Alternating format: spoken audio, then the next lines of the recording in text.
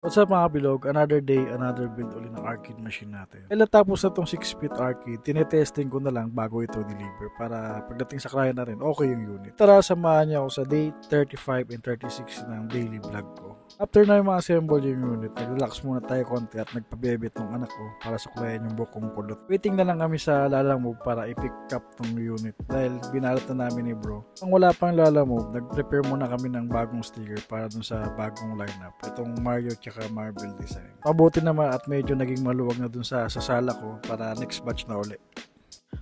Ayun, dumating na rin si Lalamove para may isakay na tong arcade unit natin.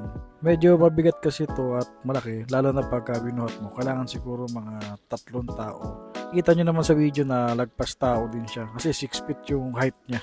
Marami rin kami nagbuhat pagpasok sa L300 na vehicle. After nito, marami na palang na-print kasi iniwan ko lang yung printer na nagpiprint ng mga sticker. So ganoon lang siya kabilis. Buti naman hindi naging palpak kasi minsan nagkakaroon ng guhit pagka hindi mo nalilinis yung head. November 1 nga pala ngayon, maaga pala magsasara yung gym. Kaya nag-prepare na ako para pumunta. Galing naman ako kay mama kahapon sa sementeryo, mag-workout na lang ako. At dito naman bago ako umalis, tumesting muna ako ng isang kanta. Kanina pa kumakanta si Bunso ng malulungkot na kanta, kaya napakanta na rin ako. Napulong ko kayo ng konti.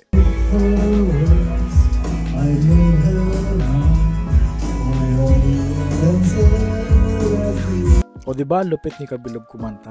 O siya, tara na, pumunta na tayo ng gym. Baka masarahan kasi tayo eh. Ang alas 6 lang kasi yung gym. Tapos ngayong November 2 naman sarado sila. Kaya matitenga tayo ng 2 araw na walang workout.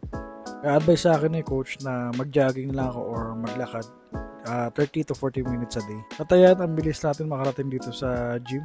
Buti na lang kasama ko si Bunso kaya hindi boring mag-isa. Yun naman, laging kong kakulitan si Bunso pagka nasa gym ako. So back to workout na tayo. Dating gawin uli kung ano yung sinabi ni coach, lightweight at kung ano rin kaya ko. So full body workout nung ginagawa ko. Dating gawin dahil solo mode tayo, itong lower body exercise at 4 na upper body exercise. Yung ginagawa kong workout is parang paulit-ulit lang yung sinabi sa akin ni coach. Tinatandaan ko yung mga set and reps para pag ako na lang mag-isa or pag wala si coach, ako na lang gagawa. Ang disadvantage nga lang doon, wala sa akin magpo-push or mag-i-spot pagka kung weight or nasa reach na ako ng limit, wala mag-i-spot. Kaya ginagawa ko, pinapakiusapan ko na lang si Bunso pagka natapos yung mga exercise na ispatan lang niya ako pagka alam niyang hindi ko na talaga kaya. After itong workout kasi maaga na rin kami umuwi. Kinabukasan, pili kami ni Mrs. ng mga prutas at karne para sa araw na to. Dahil may mga kasama rin kami sa bahay na gumagawa. Dahil ina-upgrade ko yung bahay ko dun sa 3rd floor, pinapalagyan ko ng bubong.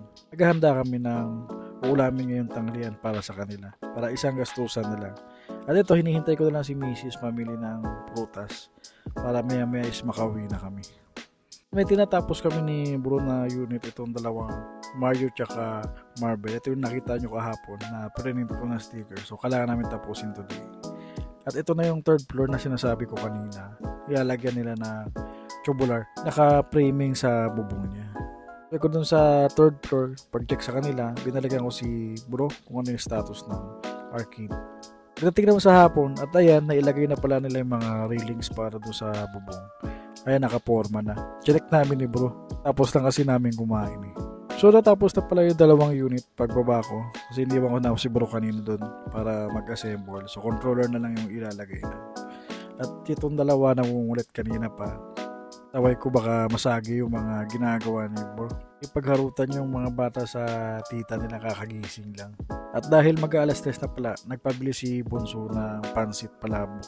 At medyo nabudol tayo konti dito. Kaya bawi na lang ako next week sa workout ko.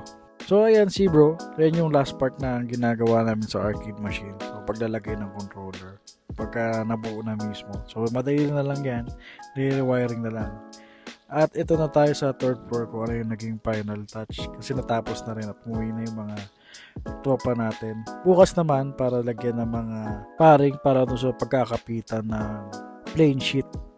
Kasi bukas kakabit na yun pagka nakabit na yung metal paring. At napakaganda dito ng view sa itaas at mahangin. Sana ganito lagi, maganda yung panahon, hindi umuulan. At humabol pa kami ng TikTok bago kami bumaba ni Bunso. Hanggang dito na lang ulit mga kabilog. Don't forget follow my page para updated kayo sa mga videos na ilalabas ko. It's sa next vlog. Bye bye!